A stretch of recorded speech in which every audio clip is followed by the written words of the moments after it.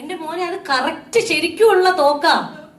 അത് ഒറിജിനൽ തോക്ക്, ഒറിജിനൽ ആയിട്ട് പൊട്ടിച്ചതാണ് ഞങ്ങള്. അത് പൊട്ടിച്ച്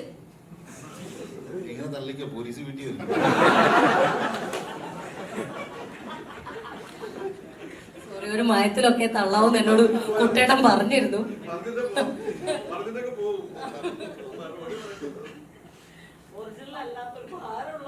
അതെ അതെ, ഒരു 5 കിലോ 6 കിലോ ഉണ്ട് ഓരോ തോക്കും. അതിൽ ചെറിയ തോക്ക് ഉപയോഗിച്ചത് ദർശനയാണെന്ന് മാത്രം അല്ലേ?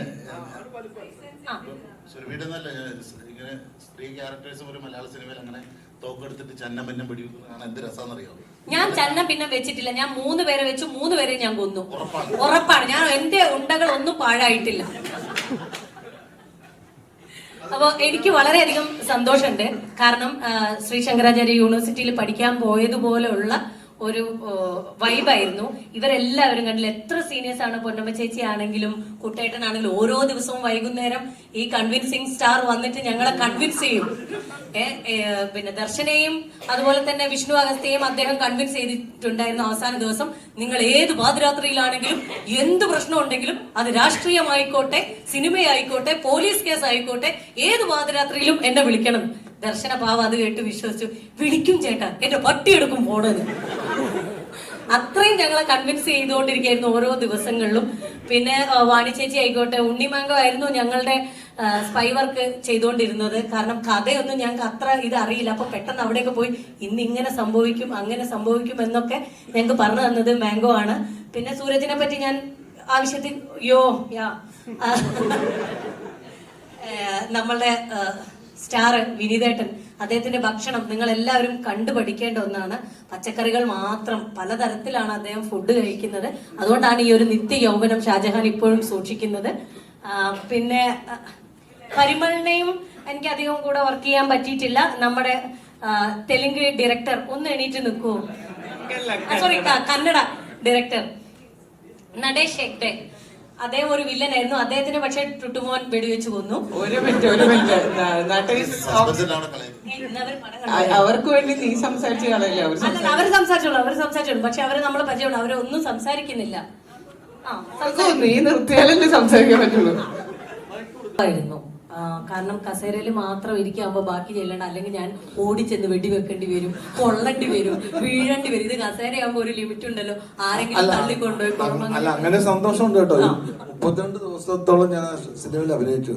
ചിലപ്പോ എനിക്ക് ഒരു ഷോട്ടൊക്കെ ഒരു ദിവസം. അപ്പൊ ഞങ്ങൾക്ക് പക്ഷെ എനിക്കൊരു വിഷമമില്ല. എന്താ വെച്ചാൽ എല്ലാരും കൂടി മുറിക്കാത്തിരിക്കും. ഇതങ്ങോട്ട് തള്ളുക, കളിയാക്കുക, കൊല്ലുക. എന്നെ എനിക്ക് വെളുപ്പിന് 2:30 മണിക്ക് ഷോട്ട് വരും. ഞാൻ രാവിലെ മേക്കപ്പ് ചെയ്യും. മേക്കപ്പ് ഇടാതിരിക്കും. അപ്പൊ 2:30 മണിക്ക്. അപ്പൊ ചിലപ്പം എനിക്ക് നേരത്തെ ഷോട്ട് വരും. ഈ സുരഭിയൊക്കെ പോയി ആശിക്കോട് പറയും, വേണ്ട കുട്ടിയുടെ വെയിറ്റിങ്, പുള്ളി ഉറങ്ങുക, കുറച്ച് കഴിഞ്ഞ് എടുത്താലും മതി, പുള്ളി ഉറങ്ങിക്കോട്ടെ എന്ന്. അപ്പൊ പിന്നെ ആശിക്കും വിചാരിക്കും ഞാൻ ഉറങ്ങിക്കോട്ടെ എന്ന്. അപ്പൊ ലാസ്റ്റ് ഷോട്ട് എനിക്ക് എടുക്കും 2:30 മണിക്ക്. അപ്പൊ ഇവരൊക്കെ സുഖമായിട്ട് ബാക്കി ഷോട്ടൊക്കെ കഴിഞ്ഞിട്ട് പോകും. അങ്ങനെ 2:30 കുട്ടിയുടെ പേര് കിട്ടി. 10 ദിവസം കഴിഞ്ഞപ്പോ ചേട്ടൻ 2 മണിയാകുമ്പോഴേ റെഡി ആവുള്ളൂ. കാരണം 2:30 വിളിക്കുള്ളൂ. അയ്യോ അല്ല, നോണ പറയില്ലേ.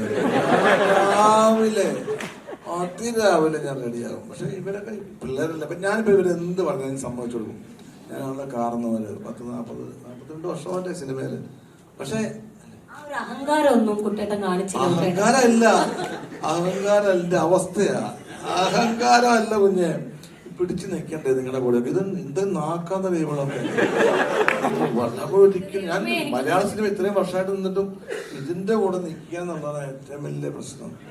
ഞാൻ സർവൈവ് വരുന്നുണ്ട് കേട്ടോ. എന്താണ് കുഴപ്പമില്ല, ഞാൻ പിടിച്ചു നിൽക്കും. ഇവിടെ തരണം ചെയ്യാൻ പറ്റുമെങ്കിൽ ഞാൻ ഇനി കുറെ കൂടെ നിൽക്കും. മലയാള സിനിമ ഉറപ്പാ.